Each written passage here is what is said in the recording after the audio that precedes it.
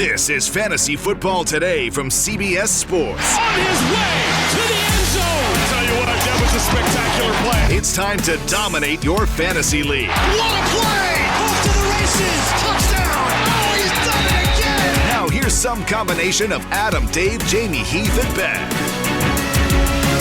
Well, I know today's going to be a good show because Jamie is lit up like a Christmas tree. He is so excited. Jamie is like a kid on Christmas. You're so excited for today's show. Ryan Wilson. I really think that Ryan Wilson is your best friend. That's kind of what I get. Or you want him to be your best friend.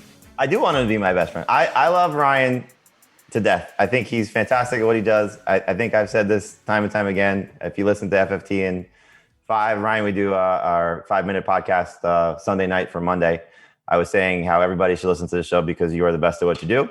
And but really, awesome. I like talking to Ryan about like parenting stuff because he has 2 boys. They're older than my 3 boys, and I like hearing his stories because I know what to expect. But I have a parenting story to share with Ryan. But I'll let you introduce Ryan first before we get into the parenting stuff. Okay, I'm trying to come up with some new nicknames for Ryan. He covers the NFL draft for CBS Sports. I've got Mr. Mock Draft, Mock Man, Backdraft, like little kind of old pop culture reference, Draft Punk. Draft like Daft Punk. I like it. Yeah. So I just came up with those. I'll try to figure out some more by the end of the show. Ryan, have you done a mock draft since the one we talked about on FFT and 5, the 7-rounder? Yeah, I came out Monday morning, a 3-rounder. We're in NFL draft week, the actual draft week. So that came out Monday, and then I'll have one more on Thursday morning where I just copy everything Jason and Pete and whoever else might know what they're doing. I put that in there and put my name on it. But I love this. Is one of my favorite times of year, and I need to talk to Jamie once a month at least for my mental health because he makes me feel so good about myself that another reason I love coming on here. Yeah, just listen to our podcast. You'll feel great about yourself. Jamie speaks very highly of you. You do a great job. We're looking forward to breaking down your latest mock draft. I'll just run through the news and notes. We won't even talk about them, but Cleveland exercised 5th-year options on Baker Mayfield and Denzel Ward. The big news over the weekend was Kansas City acquiring left tackle Orlando Brown from the Baltimore Ravens. They also got a 2nd-round pick in 2022 and a 6th-round pick.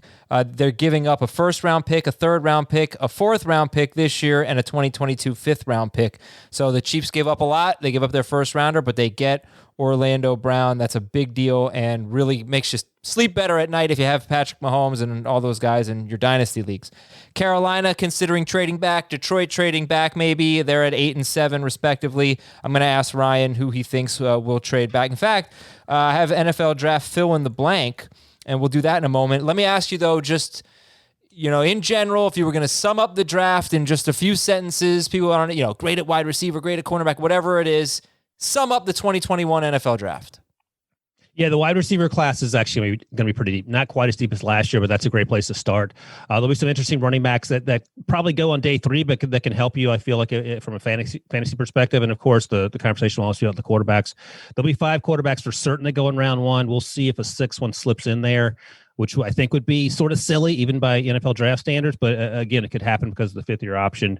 But in terms of offensive players, I think that there's a lot of guys to like, especially at the skill position. If your team needs an offensive tackle, they can probably find that guy in the first 3 rounds as well. And I don't know if you care much about defense. Oh, but, yeah, we do. This is not just going to be a fantasy discussion today. It'll be largely a fantasy discussion. Jamie, by the way, I think his power just went out, so he'll be back very shortly. Ryan, you're stuck with me for a little bit. But yeah, is it a bad defensive draft?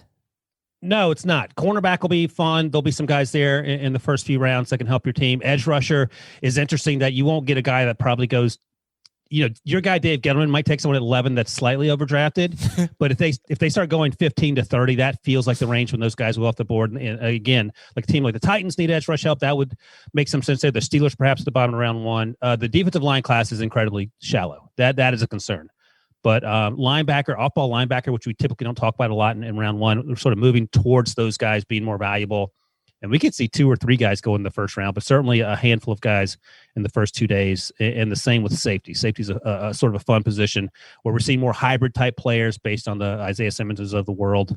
And there will be depth at those positions as well. And I feel like for the edge rushers, it might take a little longer than usual to see them come off the board. But how many could go in the first round? Because, I feel like it could be quite a bit in the first round, just not until maybe 15 or later. Yeah, that's right. So I'm looking here. I have 1, 2, 3, 4, 5, 6, 7 guys that are potential first round grades. And I think probably 5.5 is the over under where things get interesting. So Kwity Paye, Azeez Ojulari, Jason Oweh could be in the mix out of Penn State, Carlos Basham. Jalen Phillips is a guy that we've all been hearing about forever at Miami after the 2020 season. That there are injury medical concerns there. So if he clears those, he's definitely a first-round talent, potentially the best edge rusher in this class if he can stay healthy. And then finally, I mentioned Joe Tryon out of Washington, who opted out. But again, another one of these quote-unquote high-upside guys who could evolve into the edge rusher in a year or two, even though he hasn't played a ton of football. Well, the NFL draft is here, and the Fantasy Football Today crew is going to be live for all 3 days of the draft, breaking down the fantasy impact of the picks. So join Jamie, Dave, Heath, NFL analysts like Pete Prisco, and of course Ryan Wilson, and former players like Brady Quinn and Bryant McFadden on Thursday, Friday, and Saturday on the Fantasy Football Today YouTube channel. This is how you're going to watch. You're going to go to youtube.com/Fantasy Football Today. Get your questions answered in the chat room and start your 2021 fantasy prep early. And remember, everything is live, youtube.com/Fantasy Football Today. We're giving away a spot in the 2021 Listeners Podcast League. That's on our Facebook page. We got a lot of great draft coverage this week and great opportunities. So go to our Facebook page for that. Just search on Facebook Fantasy Football Today or click the link in the episode description. It's going to take you directly to my post. Comment on there with your prediction of the top 10 picks of the NFL draft, and whoever is closest to the exact order gets the spot. You'll see the instructions right there. But again, you want to be in the podcast league, click the link in the episode description or go to the Facebook group. And if you want to watch our coverage, youtube.com/Fantasy Football Today. We'll do some NFL draft fill in the blank. Here we go. Blank is the best wide receiver in this class. I think it's Jamar Chase. I mean, I know it's Jamar Chase. He's my wide receiver number 1. And the only thing I will say, Azer, is this. If Devontae Smith didn't weigh 166 pounds but weighed 186 pounds, he would be my wide receiver 1. And I'm only concerned about him because NFL teams are concerned about him. I think he's going to be a great NFL player. We saw that week in and week out at Alabama where he was just dominating guys who were going to be first, second, third round picks. But Jamar Chase for me right now and forever. Through the draft process will be wide receiver 1. And that's where we're at with Devontae Smith at 100. He's 166 pounds. That's what he weighed a few days ago. That's right. So he's 6 feet, 166 pounds. Man, that is light. Okay, then Jamar Chase is the best wide receiver prospect since blank. My knee-jerk reaction when I was reading this was Justin Jefferson, his teammate at LSU, and who came on the scene last year as the 22nd pick. I think he was the 4th or 5th wide receiver taken, which goes to just reinforces that it's so hard to predict how these guys are going to turn out. Yeah, but was he really that big of a prospect? Because Lamb and right, he was. My reaction was: is he really okay? Is Jamar Chase the best wide receiver prospect since maybe Julio Jones? That's what I eventually scribbled. Okay. Because my knee jerk was, well, is he going to be better than Justin Jefferson in year 1? I don't know, but right, it's Julio Jones feels like the comp in terms of being able to dominate. Like when I talk about Jamar Chase, the comp I say is Anquan Bolden, but fast in terms of being physical. He creates more separation, but he's not getting wide open like Justin Jefferson did last year. But he can. But yeah, I think Julio Jones is where I landed. Julio Jones, 959 yards, 8 touchdowns in 13 games as a rookie, all the way back in 2011. And Anquan Bolden, by the way, before Justin Jefferson, had the best, arguably the best rookie season ever for a wide receiver. So hopefully these guys can really contribute. And you mentioned Justin Jefferson. Do you see Justin Jefferson in Terrace Marshall? No. And that's a good question. Terrace is bigger, and Terrace actually ran faster at his pro day. My concern with Terrace Marshall, and our Jason Lockenford mentioned this, there might be some injury concerns. Jason talked to Terrace's agent who said nothing beyond the wear and tear playing football, but NFL teams maybe have some issues with him as a possible bottom of the first round guy, so I mentioned that. But Terrace Marshall was at his most successful in 2019 as the third fiddle behind Chase and Jefferson. So I don't know if he can dominate as a number 1, and if you're taking him in the first round, that would be my concern. That doesn't mean he can't be great or he won't be great. Just I'd feel more comfortable taking him maybe a round later. But that's a good question and a fair question to ask because we didn't know that Justin Jefferson was going to be as good as he was because he also was sort of in Jamar's shadow. Yeah, I just look at like the size and the speed combination and the fact that correct me if I'm wrong here, but Terrace Marshall out of LSU can play both inside and outside, just like Justin Jefferson. And he's a little bit different. After you get past those top three, the consensus top three, I guess we could say, you got a lot of small guys, a lot of jet sweep guys, a lot of players. He could be really good, but slot receivers, and he's just different. And Jefferson really had this surprisingly amazing 1,400-yard rookie season. So I just saw maybe physical comparisons between the two, and that he stands out, that Marshall stands out a little bit in this wide receiver class, which is kind of a small class. Small in terms of height. Right. That's a great point in terms of the smallish nature of some of the guys who could eventually go off the board, the Elijah Moores, the Rondell Moores, even the Kadarius Tonys. And Terrace Marshall did play inside and out at LSU. He just wasn't the first option, and that wasn't his fault. He played with 2 first-round picks. That's what's going to happen. So I think it's a fair point. And a team like the Ravens makes some sense at the bottom of the first round because they don't need another Marquise Brown. They need a big target who can get open. Miles Boykin hasn't put it all together yet, and Terrace Marshall doesn't. I mean, that makes sense there as well in terms of the guy you described and what teams may be looking for. Well, I've fallen in love with Terrace Marshall, so I do not want him to go to the Ravens. That is the worst destination for the lowest pass volume team. I don't know. Is there a worse destination than the Ravens for a wide receiver? Jamie, you got me? Yeah. Is there a worse destination than the Ravens for a wide receiver? For a wide receiver, yeah. Maybe New England. That wouldn't be good either. Yeah. Good point. Okay, let's go back to fill in the blank. Jamie, please feel free to participate. Blank is the best running back in this class.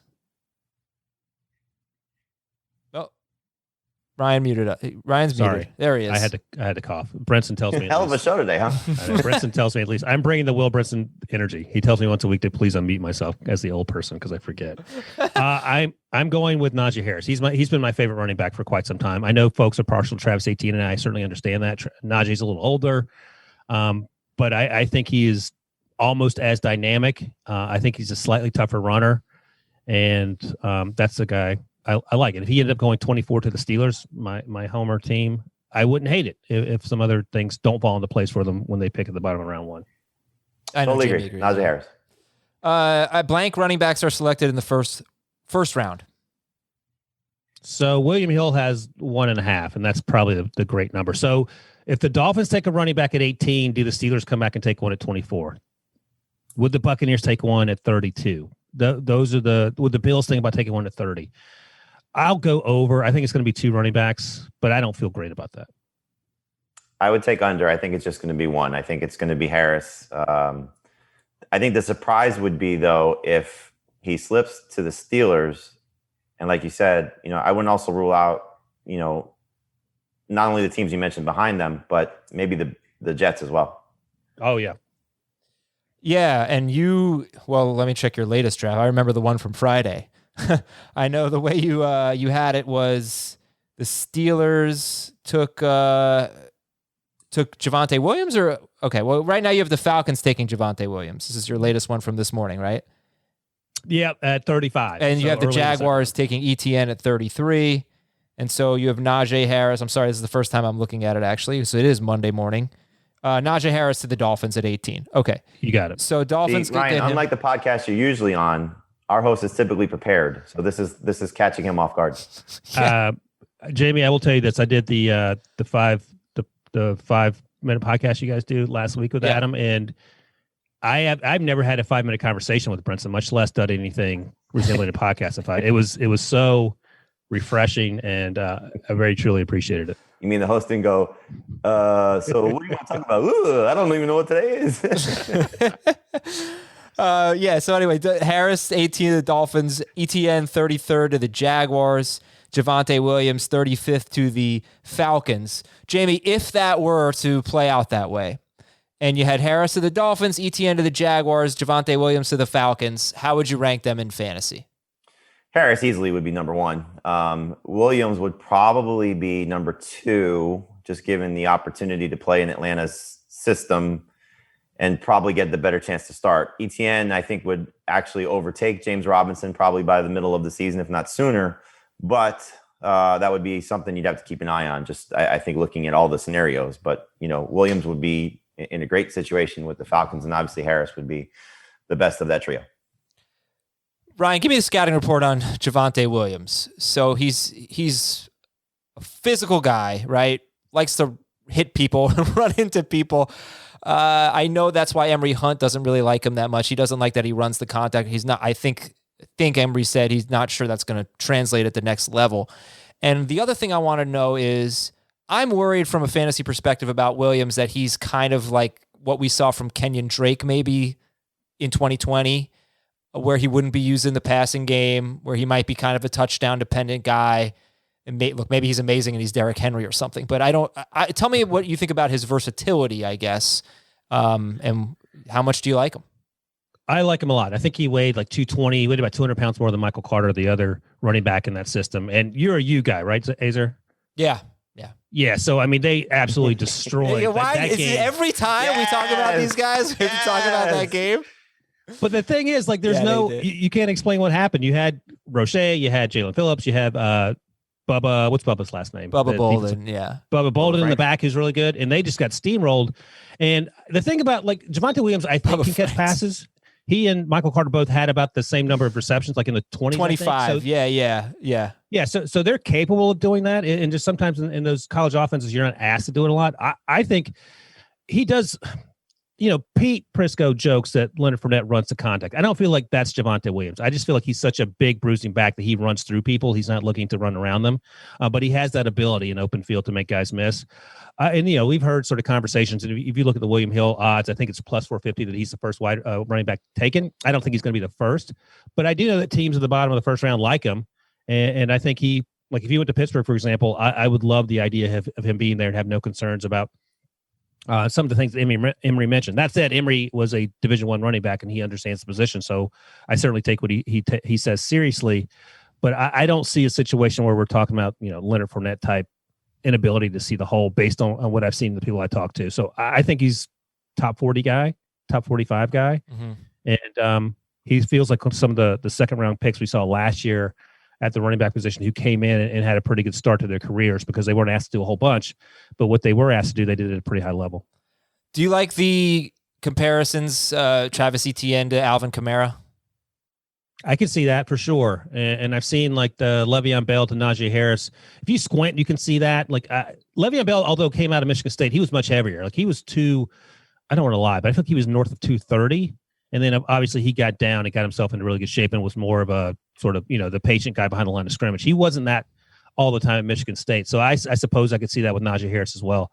But Travis Etienne is special. The issue is, and you guys know this, we were all pumped about Clyde Edwards-Helaire going 32 last year.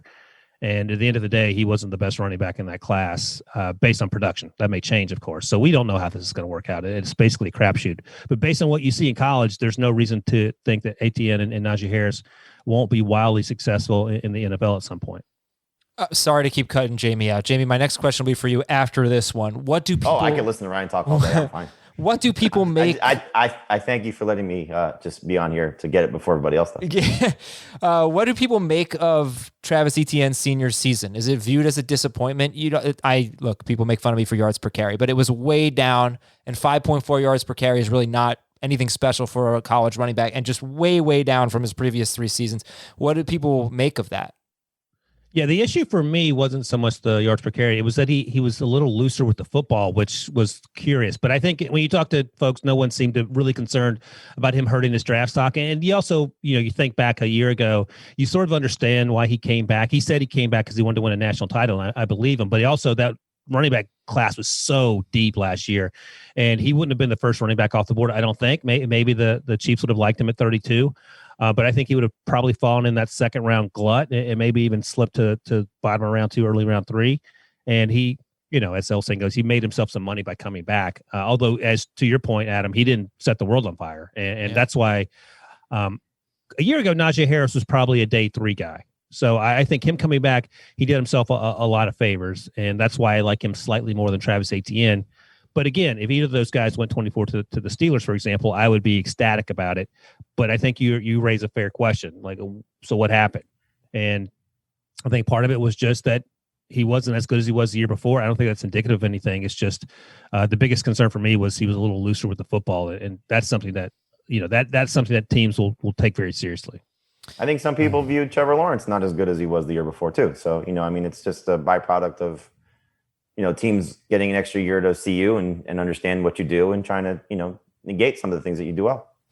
Well, one thing that Travis Etienne does well, he's got the home run speed and he's a big play guy. And he also, Jamie, caught a lot of balls, 48 catches as a senior, 37 catches as a junior. So since we live in a kind of a PPR world these days, when you look at, I guess, Dynasty, could you make a case for Travis Etienne? I know it's a silly question to ask before we even know where he goes, but as the number one Dynasty running back. Oh, for sure. I mean, again, think about, as Ryan brought up, Clyde Edwards-Helaire was not expected to be the number one pick in most Dynasty leagues, and he was because of where he ended up. So, if we get, Travis Etienne to a team that is going to feature him prominently, Jacksonville would certainly be interesting if that's where he does end up, because of the ability to grow with Trevor Lawrence and a new system with, Urban Meyer and Darrell Bevell and the offensive, staff that they have there. So it could be a great landing spot for him. And I think if you get that situation, as opposed to, we keep hearing, and as Ryan is mocking and just told you, Dolphins or the Steelers as two of the teams most, likely to take Najee Harris in the first round. If it goes a different direction, like Ryan said, Buffalo, if Harris goes to Buffalo, while he would be the lead guy there, Etienne and Jacksonville may be the better prospect for Dynasty leagues just based on what that team does with their running backs compared to what the Bills do with their running backs, for example. Okay.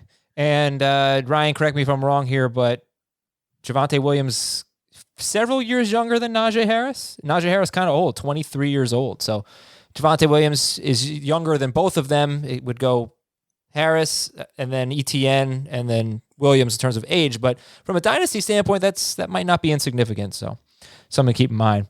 All right, we can move on here. Blank, another fill in the blank. Blank running backs will be selected in the first 3 rounds. Because we care a lot about those day 2 running backs. Ryan, how many total, if there's going to be, let's say, 1 in the first round, how many total in the first 3 rounds? I came up with 5. So we've talked about Najee, Etienne, and Javonte. And then I think Michael Carter, Javonte Williams' teammate, goes. As I mentioned, he's about 20 pounds lighter, a little scat backier, if you will. And then Kenneth Gainwell is the other name that I'll throw out there, who played with Antonio Gibson at Memphis. And he's a similar type player. He's smaller than Antonio Gibson, but he's incredibly effective as a receiver. He can run the ball out of the backfield. So I think he has a chance to be a top 3 round guy. And then the question becomes, does a Trey Sermon slip in there, who I don't love as much as some other people? Does a Ramondre Stevenson, who I actually do like a little more, does he find his way into the first round?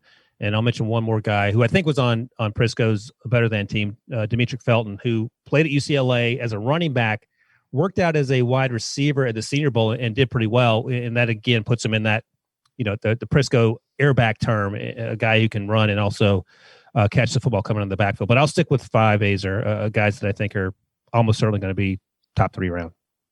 And so, Jamie, do you think that this is going to be a running back class that really has a big impact in fantasy in 2021? I mean, destination is going to matter a lot for these guys, clearly.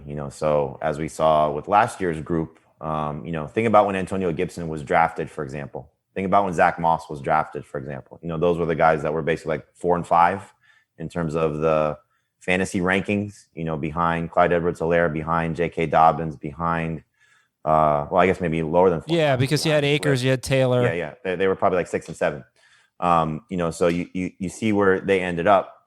When Gibson was drafted, Adrian Peterson was still on Washington's roster, and they moved on from him. And so, we didn't think Gibson would have an immediate impact as a rookie. And then you look at Zach Moss, who went to a situation where there was Devin Singletary, who was good, not great as a rookie. And we thought, okay, he has a chance to come in and challenge for that job. And he was a starter at points, but he didn't blow the doors off it, which is why I think Ryan is mentioning, the Bills as a potential, landing spot for a running back. So destination is going to matter a lot, so we could see, a guy like Ramondre Stevenson. We could see a guy like Trey Sermon. We see a guy like Chuba Hubbard, end up in a good spot, so Khalil Herbert, any of these guys, they may end up, Atlanta, the Jets, teams that have starting needs, if they end up with one of these guys, they could be, very interesting for fantasy. And the flip side of that is, we thought Keyshawn Vaughn was going to be, oh my gosh, the Bucs, they need a running back to pair with Ronald Jones, and he was a bust. if they take a running back in the first round, it's just going to drive me crazy. But, Ryan said 5. Last year we had 10 running backs taken in the top 3 rounds, including Darrington Evans, who was the last of those 10. Keyshawn Vaughn, Zach Moss, Gibson, A.J. Dillon, don't forget about him. And then, of course, the names we know before that. So that, to me, suggests, Ryan, that this is not a great running back class. It's funny you say that, because to me it suggests that we were wrong about a lot of the running. We beat me about a lot of when the running backs might go, because A.J. Dillon was sort of surprised for a number of reasons. Number one, that he went to Green Bay in the round 2, but also that he went that early. You mentioned Darrington Evans was sort of one of those dynamic players from App State that you weren't sure how much teams liked him. So there are some guys like that. Jamie mentioned Chuba Hubbard. He's a guy who's a sprint speed guy. There's Kylan Hill, who opted out of Mississippi State, but he caught a ton of passes in that offense and opened the eyes of NFL teams in terms of him being able to do that. There's Elijah Mitchell out of Louisiana, who's another guy who catches a ton of passes. So if there's a premium on those type players, and we sort of saw that with some of the guys you mentioned that went in the top 3 rounds last year, maybe they do sneak into the top 109 picks, I think is what it is, in those top 3 rounds. So these are just the guys that I like. And, you have to sort of see through what other teams are thinking to make some of these other leaps, but it doesn't mean it won't happen. Some of these players that we've been talking about that may not go that high, either they're too slow, either they haven't caught a lot of passes coming out of the backfield, either they're not great blockers, whatever. But, I'd say 5, it could be 7 or 8. And I wouldn't be shocked. By the way, I want to tell our listeners what we have on tap this week, this show today. And then tomorrow we'll talk about the NFL players, the veterans that have the most to gain or lose based on the NFL draft. And then on Wednesday, we're going to have a mailbag for you. So I've got a lot of questions in my inbox, but please feel free to send more in. Apple Podcast reviews would be great. Go to our page on Apple Podcasts, leave us a 5-star review with a question. We'll read them. Also, fantasyfootball@cbsi.com. And remember, during the draft, Thursday, Friday, Saturday, youtube.com/fantasyfootball today. Check out all the live coverage. All right, let's have fun here with Kyle Pitts. Blank will select Kyle Pitts. Ryan? I think it's the Falcons. Prisco's been talking about this for some time. He doesn't think that the Falcons are going to take a quarterback. He thinks Arthur Blank is all in on Matt Ryan for another year or 2, even though they have a new coach and a new general manager. And here's the thing, if you trade down at 4, and I suspect there will be teams interested in trading up to 4 to get whether it's Trey Lance, Mac Jones, or Justin Fields. If you're the Falcons and you move down, you're not getting Kyle Pitts. That's just the end of the conversation, because either the Bengals or the Dolphins are going to take him at 5 or 6. And presumably you're not trading with those teams who already have quarterbacks. So that's the math you're doing. And if you trade down, you're not getting likely Jamar Chase. We saw a report on Monday from Peter King that maybe Julio Jones could be moved, which seems crazy, but they need that cap space. Could you trade down for a cornerback? Yeah, if you're the Falcons, you could. But again, what gives you more value in terms of making that football team better? I think it's Kyle Pitts. So if I'm the Falcons and I'm not taking Justin Fields, Mac Jones, Trey Lance, I'm staying put and taking Kyle Pitts. Jamie, fill in the blank. Blank will take Kyle Pitts. I think it's Atlanta, but I also wouldn't be surprised if a team traded up with the Falcons to maybe even take Pitts. Like Ryan is saying, they're trading up to get the quarterback, but if teams fall in love with him, obviously you're Dallas. I don't know if Dallas is going to go from 10 to 4, but if a team really loves him that much, and it's hard not to love him that much, then you could see maybe a team being overly aggressive. I think it was on the NFL Network this morning on Good Morning Football. There was a segment that they do where the Giants actually traded up. I don't know who was doing the Giants. I saw just a screen grab of it on Twitter, but the Giants gave their first, their second, Evan Ingram, and something else to move up to 4 to get Pitts. And it was something that on paper makes some sense, but obviously something that's not likely to happen. But still, I would say it's 4 is where he goes, but the Falcons do make some sense, especially if they do decide to move on from Julio Jones to get another playmaker. Yeah. Emery made a good point last week, though, because I said, who would you take? Your top-rated wide receiver, which for him was Devontae Smith, or Kyle Pitts? And he took the wide receiver. And I think, let's just say it's Jamar Chase. Draft. What do you mean? This draft is so deep with wide receivers. Like get Pitts, but it's not deep with Jamar Chase. You know what I mean? So when you were faking a power outage because you didn't want to be on the show earlier, right. Ryan said that Jamar Chase might be the best wide receiver prospect since Julio Jones. Why would I take a tight end over that? I would take the wide receiver. Even if I'm Atlanta, even if I have 2 good wide receivers, why would I take a tight end over the best wide receiver if that wide receiver is really on that level? But let me push back on that and just ask you this: would you take the bet? What if Kyle Pitts ends up being the best pass catcher in this draft class, which I think is quite possible? Like you're talking about, like Darren Waller. This is going to be a hyperbole, but Darren Waller feels like his floor, whereas Julio Jones is almost certainly Jamar Chase's ceiling. And I'm exaggerating a little bit, but my point is that I don't think Kyle Pitts is a tight end. I just think we call him that. I think you can put him anywhere. Like I sort of joke, he could kick field goals and he'd probably be an all-pro next year if you want him to do that. Well, then why would he have more of an impact than Jamar Chase? Because let's say he's not. It's hard to know what kind of a blocker he's going to become. I don't think most tight ends come into the NFL with a reputation of being a great blocker. They can develop it, but if you're just lining him up out wide and you're lining Jamar Chase up out wide, who do you think would put up better numbers in the same offense with the same quarterback? You know what I mean? Who would put up Chase better? Would, right. So then why would you take Pitts over Chase? But Chase is not going to do the things at tight end that Kyle Pitts is going to do at tight end. So is he a tight end though? Like we keep saying he might be a wide receiver. One way, you got to go the other way too. Yeah, but sure. So he has to become a good blocker. But just think about, and this is, we get criticized a lot for our fantasy picks. Ryan has a much more maddening job trying to, put these players to these teams and make that match. But, you think about the receivers over the last, few years coming into the league. Go back to last year. Henry Ruggs was the first receiver drafted. Argue however you want if that should have been the case or not. So far, year one, bust. Jerry Jeudy, not long after. So far, you would say bust, right?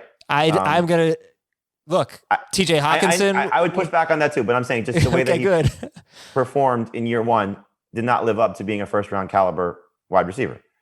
CeeDee Lamb was great. Jalen Reagor was a bust. Justin Jefferson was great. It's like it's crapshoot at that position. Think it's about crapshoot at every position. It's crapshoot at every position. Totally agree. But think about the last two Super Bowls. What did they have in common? Okay, Kelce, no, then you're right. Kittle, you're right. That is a great Kelce, point. And Rob Gronkowski. If you find one of those guys, Gronk is not. What did he do in the Super Bowl? This version of Gronk, but they didn't get to the Super Bowl because of Rob Gronkowski this year. True, but Rob Gronkowski is one of the best football players ever, and so I totally get that. The flip side of that is those guys weren't first round picks, so that's the other argument to that. So it goes either way. But this guy is a unicorn. You get an opportunity to draft him and put him into a system, especially if you're Arthur Smith, who's a former tight end coach, who has had success with that position as a coordinator. Like, it just makes so much sense for him to go to the Falcons, where there's, Hayden Hurst is a good player, but this guy's a difference maker. Yeah. Hayden has 1 year left in his deal too. And look, you're not drafting him to block anyone at 4 either. Like, you can line him up anywhere. And I'll just say this, and then we can move on if you want to, Adam. He didn't drop a single pass last year, and he was going up against SEC cornerbacks, safeties, and linebackers that are going to be first, second, third round picks. And there's some guys like JC Horn, who's going to be a first round pick, Joe Horn's son, who's a cornerback. He had a tough go against Kyle Pitts. Kelvin Joseph, who's going to be a first or second round pick from Kentucky, he absolutely demolished that poor kid. And that kid is really good. So you see that, and you're like, okay. And look, you could argue Jamar Chase does the same thing. Right. That's my point. I love Kyle Pitts. Everybody should love Kyle Pitts.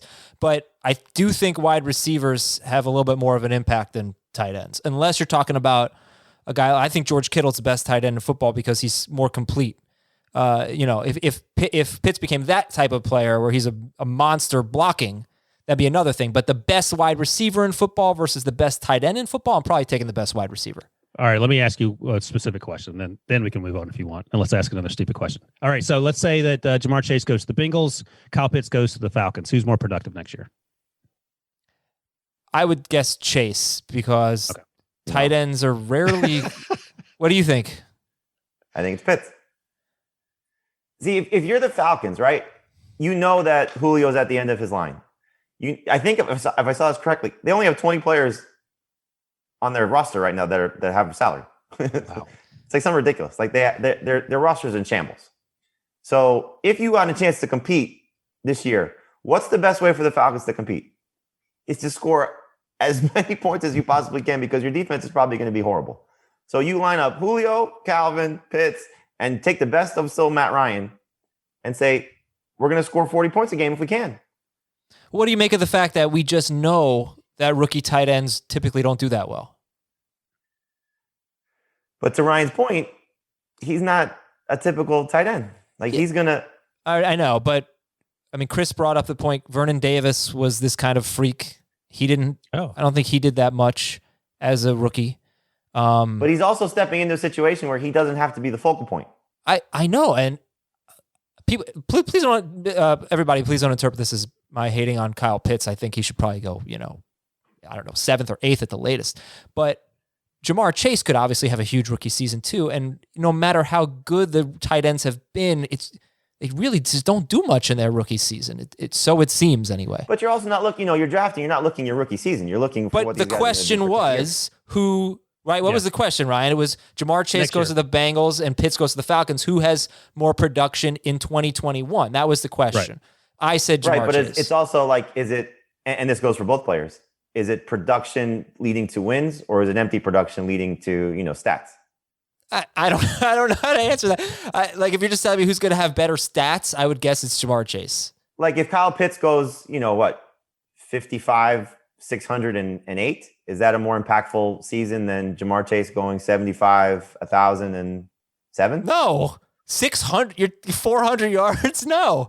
That's a huge difference. What I'm saying is that's the typical rookie tight end that's good. Exactly. That's what I'm saying. That's why I think Jamar Chase would be better. But year 2, if Kyle Pitts is the guy that we think he is, it's a fascinating discussion. It really is going to be fun to see it play out. Yeah. Okay. All right. Let's finish up our fill in the blank. You get everybody hating. Let's finish up our fill in the blank here, and then we'll take a look deeper at the mock draft. So Ryan, let's just go. Ryan and Jamie, real quick, just give me quick answers. Blank is the most likely team to trade up. Patriots. I think once we get past 3 to see how the quarterbacks sort themselves out, the Patriots would presumably be interested in trying to get whatever guys left over. I'll say Denver once they see Mac Jones at 3. Blank is the most likely team to trade down. I think it's the Panthers. I don't have a ton of draft picks. We'll see what happens. They have Sam Darnold. I feel like they're committed to him, but we'll see. So I think the Panthers may try to accumulate picks if they're sold, in quotation marks, on Sam Darnold for a year or two. I think it's Miami if it goes the 3 quarterbacks as we expect, with Jones being 3. And if the Falcons and Bengals stay and it goes Pitts and Chase and they lose out on both those guys and they don't want Sewell, then they trade back. But I think it's trading back to 9 with the Broncos. Blank is the most overrated first-round prospect. This is sort of funny because this wouldn't have been my answer a month ago, but I'm going to go with Mac Jones just because people hate him so much, and I've been driving the Mac Jones bandwagon for a few months now. I think that he has no chance of social media success in terms of the eyes of folks on social media, like the Twitter mafia. So I'll say Mac Jones, even though I like him. I think he's going to be good. But in terms of the expectations, him meeting those things in year 1, I don't know. Yeah, he's just in a bad spot. Bad spot. It's Mac Jones for sure. The most underrated first-round prospect. Just because you hate him so much, I'm going with Kyle Pitts because I want to make sure that he's No, I'm going to go with Pete Prisco's guy, Jamin Davis, the linebacker out of Kentucky, who the media folks haven't been talking about for a while. We just sort of recently got on him in the last month or so. But he has a chance to be really good. In fact, and Pete says this is Pete's words, not mine, but he thinks he's going to be better than Micah Parsons. I think Micah Parsons has some off-field issues that may see him drop a little bit. But Jamin Davis is a fun off-ball linebacker. We're seeing more and more of those guys go in the first round. I'm going to stay in my lane and go with Kadarius Toney. I think he's going to be fun wherever he ends up. I think he's going to be a difference maker right away. I don't think he's going to have a great rookie season in terms of production, in terms of stats, because of the type of player that he is, but he's going to have a lot of big impact plays because of the type of player that he is.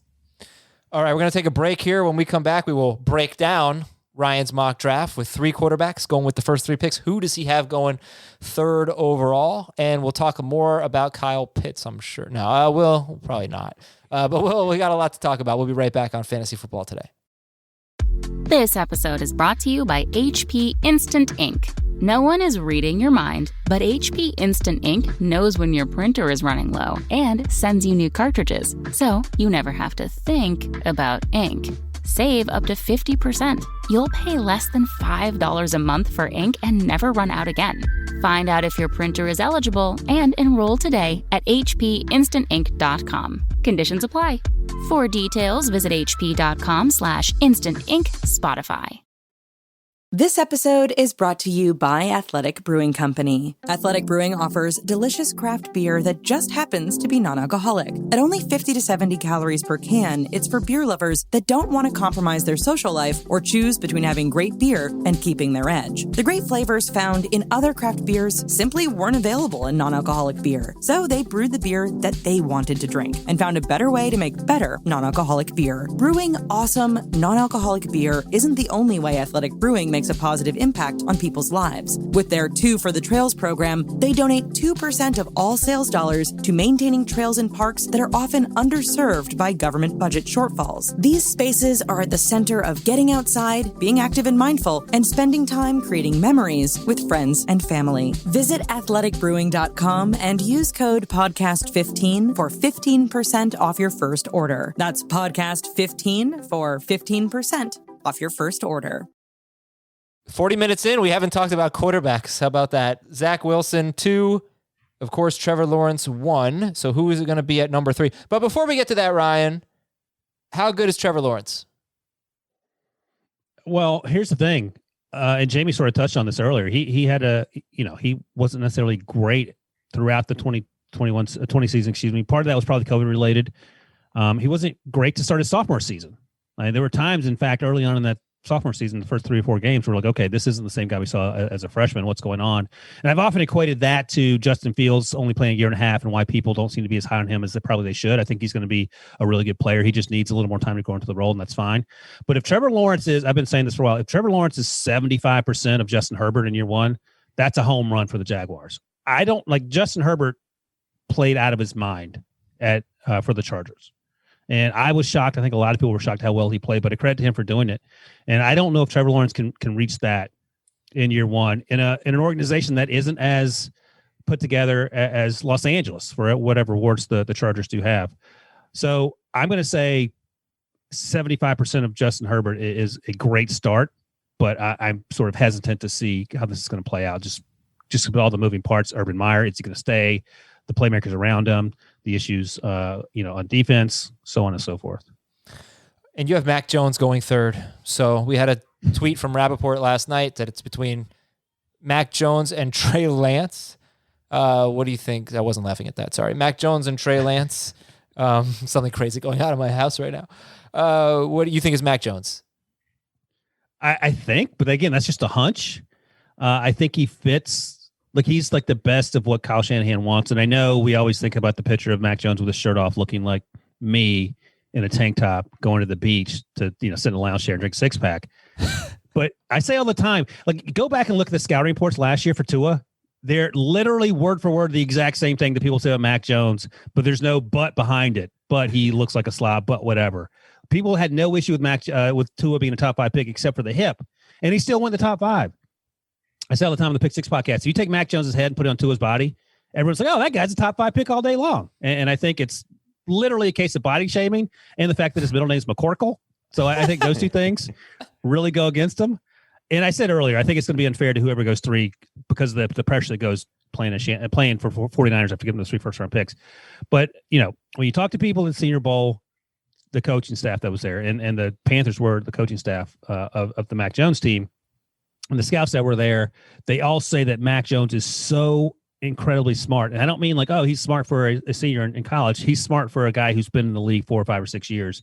And that to me just screams Kyle Shanahan because people say, oh, he's basically Jimmy G 2.0. You can all recall times where Shanahan was visibly frustrated with what Garoppolo wasn't capable of doing, not physically, but it seems like in terms of just execution.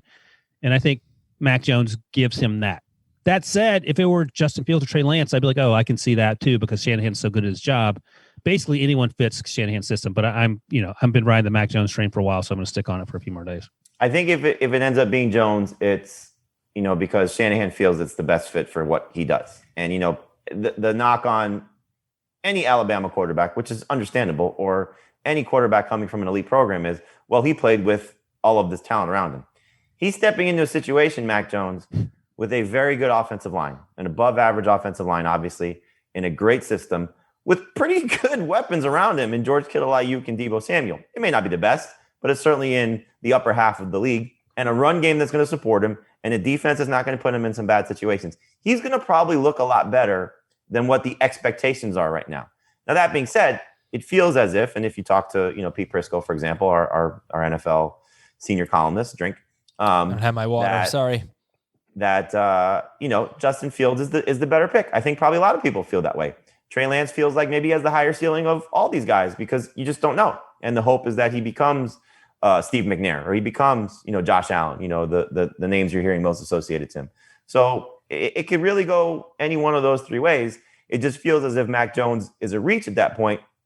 But like Ryan told you, if you were to swap out the names and just looked at the numbers, you would say, oh, this guy's not bad. And if you said it was Tua as opposed to Mac Jones, you'd say, okay, it makes a lot of sense. So we'll see if Mac Jones goes there. I personally would take Justin Fields, but if the 49ers feel like that's the direction they want to go, they have a few years to prove it, and they may be out of job if Mac Jones doesn't hit. Right. I'll just say this quickly, Adam. Here's the thing. Like, this is what's going to be hysterical. Let's say Justin Fields goes 3 and he's successful and all that. When the Patriots take Mac Jones, in 5 years from now, they have won 2 Super Bowls with Mac Jones. People are going to be screaming as to why the 49ers didn't take Mac Jones when they had a chance. So Kyle Pitts 4, you have him going to the Falcons. You do not have Jamar Chase going to the Bengals. You have Penei Sewell going to the Bengals, the offensive tackle out of Oregon. And then you have Chase and Waddle back-to-back to the Dolphins at 6 and to the Lions at 7. So, Jamie, who would you rank higher, Chase on the Dolphins or Waddle on the Lions? I would rank Chase higher. I think Waddle goes into a situation where he's the number 1 receiver right away. Obviously, Chase goes to a situation where he's, eventually will become the number 1 guy. But, Will Fuller, Devontae Parker, and Mike Gesicki going to make that a little harder on him. Clearly, you look at the Lions and T.J. Hawkinson, and then a bunch of stiffs at wide receiver. So it's a great landing spot, I think, for both guys. But Chase, based on him as a prospect, based on his profile as a prospect, and I think what the upside would be in the Miami offense would be the better fantasy option going into year 1. Okay, Ryan. So let me get your take on this. Here's what I fear about Waddle is that he will be, and again, we live in sort of a PPR world. He will be a low catch guy. Which is, look, Tyreek Hill's a low catch guy. And I'm not saying he won't be a great pro, but he might be maybe like a Gala, not the same player, but just in terms of stats, high yards per catch, not a lot of catches, hopefully a lot of touchdowns. I was going to compare him to Kenny Galladay. I had Shraggy B break down the 4 regular season games that Waddle and Devontae Smith played together. Now, the national championship game was another story. Waddle came back. Smith had 200 yards and a half. It was incredible. But the 4 games they played together in the regular season, Smith had 13 more catches, 25 catches for Waddle, 38 for Smith. They both had 4 touchdowns. But Waddle had 557 yards and Smith had 483. But, it just look, I know it's not going to translate directly, but just from a fantasy football perspective, 38 catches, 483 yards compared to 25 catches, 557 yards. I kind of feel like people would gravitate toward the higher catch guy. Do you think Jalen Waddle is he a true number 1? Is he, who do you compare him to? Is he going to be an 80 catch guy? I don't think he's going to be a 100 catch guy or anything like that. Like, what do you think? So Devontae Smith is my wide receiver 2, and we were talking earlier that he would be my wide receiver 1 if he weighed 20 pounds more. So I like Devontae Smith more. I think that Jalen Waddle goes sooner because of the athleticism and the high-end traits and all that stuff that we hear about. I think you sort of hit on it with Tyreek Hill. He's sort of that mold of player. Is he Tyreek Hill? No, but he's not that much taller. He's only 5'10". He doesn't weigh. He's not as rocked up, as the kids say, as Tyreek is. But I think you're exactly right. I think you're onto something in terms of high yardage, low catch, a lot of touchdowns. He adds something in the run game in the return game. But again, and we talk about this with quarterbacks going to the right spot, you're going to Detroit, man. I mean, you're going to a place where Matthew Stafford's gone and you're counting on Jared Goff, presumably, because they're not taking a quarterback here if they're taking Jalen Waddle, who, by the way, if you can't have success in Sean McVay's system, what chance do you have in Dan Campbell's system that we don't even know what it is in a historically dysfunctional organization? So I think it's another situation where it's not a great landing spot for anyone, but I think you're hitting on something in terms of what the production will look like for Jalen Waddle compared to Devontae Smith. I would expect Devontae Smith to be more productive as a rookie, assuming they went to the same landing spot. But I think Jalen Waddle is still growing in that role because he's never been a number 1. We were talking about Terrace Marshall earlier. Jalen Waddle's played with 3 of the first rounders, and he's rarely had to be the guy. In fact, he's never had to be the guy at Alabama. And then you've got, all right, so I'll just skip down just a little bit because I want to keep this wide receiver discussion going. Is Devontae Smith to the Giants at 11? Jamie, is that a good landing spot for a wide receiver? Would you want to see Devontae Smith or one of those big three go to the Giants? I mean, it's not going to be great for what his rookie production probably is, but you're talking about Sterling Shepard and Darius Slayton. Slayton is the one that's going to be the odd man out. Shepard is, I believe, on the last year of his deal.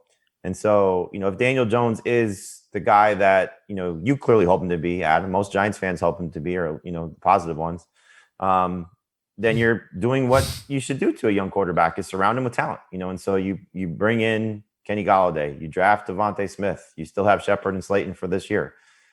That's as good as any team will roll out there if Devontae Smith is the player that he was in college, clearly. So it's not my favorite landing spot for him, but it's a spot that I think by year 2, he can flourish as the type of fantasy receiver that we love.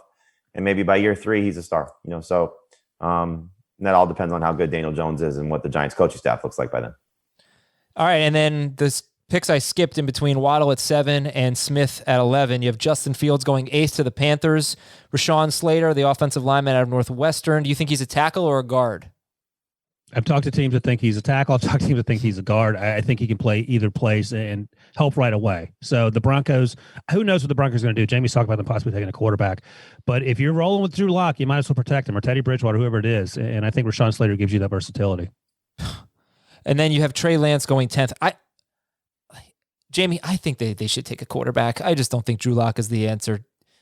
It's kind of weird to say that. It's like, how can I say the Giants shouldn't take a quarterback, but the Broncos should?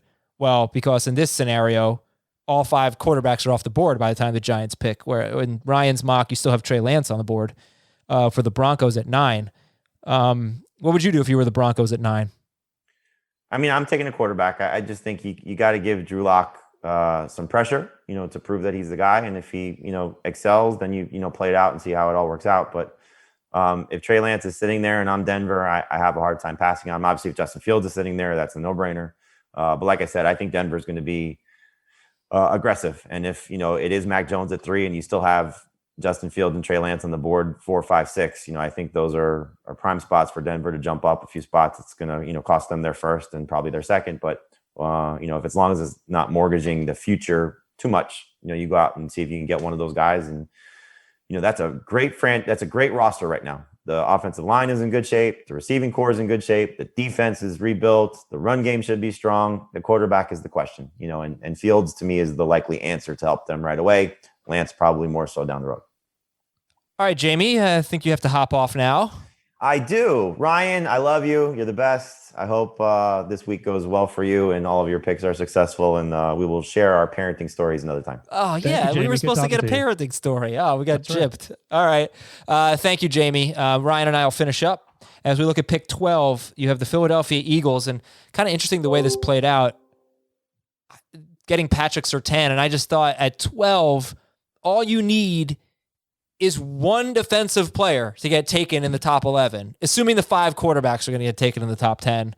You just need one defensive player, and then you're going to get one of those wide receivers, or maybe a quarterback drops or something, like maybe one of those 5 quarterbacks drops at 12.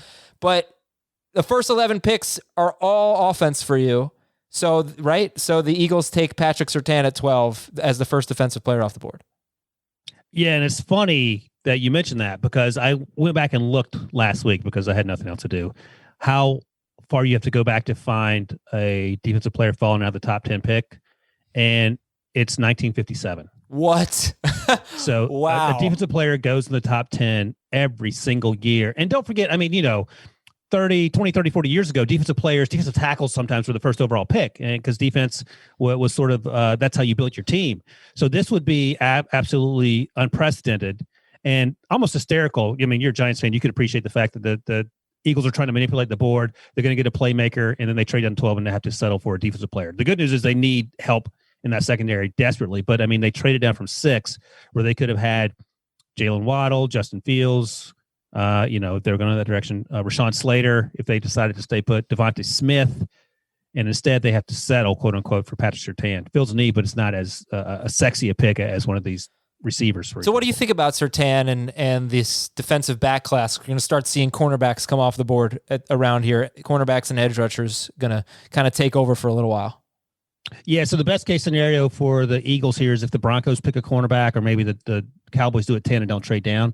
But my cornerback one up until a month ago was Caleb Farley. He didn't play last year. He opted out, but he is, in terms of physical traits, he's probably the best in this class. He's big, he's strong, he's fast, and he's a converted wide receiver, so he's only got to get better. Patrick Surtain feels like the most certain of the bunch to be a solid NFL pro. And that's really all you want. You can sort of bet on flash and have that blow up in your face. And then right behind him is J.C. Horn. We mentioned him earlier. Joe Horn's son. He's big. He's physical. He can dominate at times in man-to-man coverage. Then after that, there's Greg Newsome, out of Northwestern. Fantastic season for him. He plays more of a quarters cover 4 type look, but he can certainly do other things if you need him to. So those are the top 4 or 5 guys, and the question becomes whether Surtain or Horn goes first, and then also how far does Caleb Farley fall if teams are worried about his injury. He had a back procedure a few weeks ago, that the second one he's had, and I've talked to teams that are actually legitimately concerned about him no longer top 5 pick, but a top 10 pick. Maybe do we even take him at the bottom of round 1? Yeah, and Surtain, what a recruit he was. I remember his recruitment. He was top 5 overall recruit. I mean, he's got pedigree on a high school team with Tyson Campbell from Georgia, who also has a chance to be a first-round pick. And both those guys are 6'1". Surtain weighs a little more. He's probably 195 maybe. And Tyson Campbell's 185. But I can't imagine being a high school quarterback trying to throw against 2, 5-star kids that are dominating in the SEC. All right, you got the Chargers, who PFF had as one of the worst offensive lines, if not the worst, in football last year, taking Virginia Tech offensive lineman Christian Darrisaw at 13. Then you got Kwity Paye, your first edge rusher, Kwity Paye going to Minnesota. Minnesota, they don't have a lot of capital, right? Right. So they have a second-round pick. Yeah, they got to nail this pick, and pass rusher makes sense for them. And I think that this is going to end up being a good draft. I can't really see them adding a wide receiver. So I think, if you have Justin Jefferson, I don't know that you should be too concerned about them taking a wide receiver early in the draft anyway. Minnesota. J.C. Horn to the Cowboys, who in this mock traded down with from 10 to 15 with the Patriots. Horn, the cornerback out of South Carolina, you just heard about. The Cardinals take Elijah Vera Tucker, offensive lineman, at 16. And then you got a linebacker. So tell me about Jeremiah Owusu-Karamoah out of Notre Dame. Linebacker going to the Raiders at 17. So he is this next wave of hybrid type players, Isaiah Simmons of the world. And that begs the question, okay, where do you play him? Because I know I've talked to teams that say, well, he can't play linebacker. He's too small. He showed up at his pro day, weighed 221. He didn't weigh that, I don't think, during the season. But even Brian Kelly, the Notre Dame coach, said at the pro day, you have to have a spot for Owusu-Karamoah. You can't just throw him out there as sort of a do-all, catch-all type player, because that's not utilizing what he does best. And we sort of saw that last year with Isaiah Simmons, who struggled early on in his season in Arizona because they couldn't really find a spot for him. So I've talked to teams that like him more as a safety, where he can cover running backs, even wide receivers out of the slot, tight end, and he can do it at a high level. He's incredibly athletic. And I'm talking to teams that like him as a dime backer. And, a lot of teams, defenses play those sub packages all the time now because there's so many wide receivers on the field, and they feel like he can do everything you want. And it's just a matter, again, it's sort of the recurring theme of what I've been saying, in the right system. Now, the Raiders may not be the right system because they have needs everywhere, but they need athletes and they need defensive help, and Owusu-Karamoah checks both those boxes. So find a place for him, let him do that, and I think he'll be successful. All right, back to your mock draft here. We got Najee Harris of the Dolphins at 18, and then you talked about this guy. I think this is who you said was the underrated linebacker, right? Jamin Davis going to the Washington football team at 19. Caleb Farley out of Virginia Tech. You just talked about him, how you had him as number 1. He opted out. He's got some medical issues. He's cornerback going to the Bears at 20. 21 is the Indianapolis Colts. Tevin Jenkins, offensive lineman out of Oklahoma State. And Jalen Phillips to Tennessee. So, yeah, you've got edge rushers coming off the board in 3 straight picks. You got Jalen Phillips to Tennessee, Carlos Boogie Basham out of Wake Forest going to the Jets. Jalen Phillips, by the way, out of Miami. And Jason Owe out of Penn State going to Pittsburgh. So Tennessee, the Jets, and the Steelers all getting edge rushers. Do you have a strong preference between Phillips, Basham, and Owe? If Phillips is healthy, it's him. And that's the big thing. He has concussion history. He retired actually after UCLA, where he began his career. So if the medical's clear, it's him. Boogie Basham, NFL teams like him more than media folks do.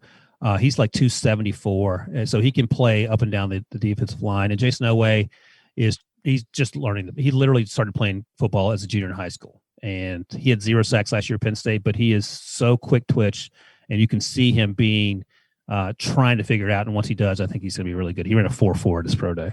All right, talented edge rushers you can get late in the first round. We'll go to the 25th pick. It's Jacksonville, and it's Levi Onwuzurike, defensive lineman out of Washington. So where does he play on the line? Where do you expect him to play? It's funny. I talked to him a month or so ago, early in the draft process, and he opted out again. But when you watch him play 2019, he plays over the center. He can play over the guard. He can play over the tackle. He can line up out wide. He can play anywhere. And his first step is one of the quickest in this draft as an interior defensive lineman. He has incredibly strong hands, and he has a several pass rush moves that get him into the backfield consistently. So he may not be the first defensive tackle off this board, and we talked earlier that's a pretty weak class there. Either he or Christian Barmore are probably the likely candidates, but Jaguars need big guys on both offense and defense, and I think he makes sense for the Jags here as their second first-round pick, although they could go offensive line for sure. This is the surprising one here is Micah Parsons all the way down at 26. So why do you have him so low going to the Browns, linebacker out of Penn State, who many thought, I mean, I guess he still has a chance to be the first defensive player selected. You have him 26th. Yeah, it's all maturity concerns. That's all it is. He's a top 5 talent. And the concerns are he had some issues at Penn State early in his career. And I've talked to teams that are like, well, that was just he was lack of maturity. That doesn't necessarily define him. But there are other concerns about, okay, does he love football? Like what happens? And I'm guilty. I would be guilty of this too if I were 21 or 22 and someone gave me $10 million. What happens when you give him a bunch of money? Is he going to be solely focused on football? Is that what he wants to do? And there are some issues there. So taken together, maybe he slips a little bit. I don't know if he slips at 26. Maybe instead of going 7 or 8 or 9, he goes 15 or 16. But it's a concern. Like NFL teams are talking about it. Okay. Pick 27, edge rusher, Azeez Ojulari going to Baltimore. And I think a lot of people have Baltimore taking a wide receiver here. How realistic? Because you still, at this point, 27 picks now, you still only have 3 wide receivers off the board. Kadarius Toney's going to come off in a couple more picks. But you went defense for Baltimore. Yeah, so they lost Yannick Ngakoue. They lost Matt Judon. Their edge rush situation is, I wouldn't call it dire, but it's not great. And they do have Hollywood Brown and Miles Boykin. And they do have that other first-round pick, Adam, that they got for Orlando Brown. So maybe they'll circle back and think about a wide receiver at the bottom of round 1. Yeah, let's do that. I like the guy you have there, but I don't want him to go to Baltimore. Greg Newsome going to the Saints at 28, cornerback out of Northwestern. All right, this would be very interesting. Kadarius Toney to the Packers. So that's 29th overall. That's the 4th wide receiver off the board. Then you got Zaven Collins, linebacker out of Tulsa, going to the Bills. Terrace Marshall to the Ravens at 31. We already talked about him earlier. And Trayvon Merrick, the safety out of TCU, going to Dallas in a mock trade with Tampa Bay. That is Tampa Bay's pick. You have the Cowboys trading back in to get Merrick, the safety here. But Kadarius Toney, I want to finish on him. 4th wide receiver off the board for you. Drops down to 29th. Goes to Green Bay, which is a really interesting spot. But what separates Toney from the other really talented? I don't know. Is he small? Because he's 6 feet. Yeah, 5'11". Okay. Not necessarily an outside guy, but what separates him from the Moores of the world? Why is he 4th? He's bigger than Elijah and Rondell Moore. Is he as dynamic? Probably not, but he had a great season at Florida, as you know. And I think he's another guy. We talk about Najee Harris. He's another guy who came back and made himself some money because he played at such a high level, and he did it sharing the football with Kyle Pitts and Trevon Grimes. So I like the fit, and there's some concerns. He may fall out of the first round. Like Rashad Bateman could also be an option here, but I like the idea of finally the Packers giving Aaron Rodgers some help. And I was yelling and screaming last year that I wanted them to trade for Will Fuller because they just one more person. Of course, Will Fuller went and got suspended, so that blew up my face. But the point is, you had Devontae Adams. You get another slot receiver who can sort of reprise what we had in Randall Cobb, and Kadarius Toney feels like that type of player. And Aaron Rodgers is probably happy. And if that makes him happy and you can win one more game down the stretch, which is what they come up short doing that, why wouldn't you do it? Like, why do you not want to get receivers, which is Adam, you know this. Last year was the deepest wide receiver class in a millennium. And they didn't even sign one as an undrafted free agent. So I would like to think that they would make do something differently here, not draft a quarterback, for example, even though I like Jordan Love, and get Aaron Rodgers a playmaker. And I think Kadarius Toney fits that bill. He doesn't have to do it all with Devontae Adams standing next to him. I think you mean to say, who is Kadarius Toney? Thank you. Sorry. That's how we have everything's Jeopardy now when you talk about the Packers. All right. Thank you, Ryan. Good stuff, man. Good talking to you, Azer. Yeah, always good to have you on, and your info is great. Please check out all of his mock drafts on cbssports.com, including the one I did not get a chance to talk about from October 20th, 2020, where you did have Trevor Lawrence going 1, Justin Fields 2, Penei Sewell 3, Trey Lance 4, Micah Parsons 5. Nice. Do you remember who you had going 6 to the Miami Dolphins? He is not even a first rounder. I would say the biggest faller of the draft process. Oh, who is it? Gregory Rousseau. Oh, yeah. 6. Yeah. A really interesting prospect. Looking forward. Hopefully he comes off the board in round 2. He will. We'll see. All right. Thanks, to Ryan Wilson again, and to Jamie and to Ben Schrager and all of you for listening. We'll be back tomorrow to talk about the NFL veterans that have the most to gain and lose in the NFL draft. And go to our Facebook page and get in our draft contest and get in the podcast. See ya.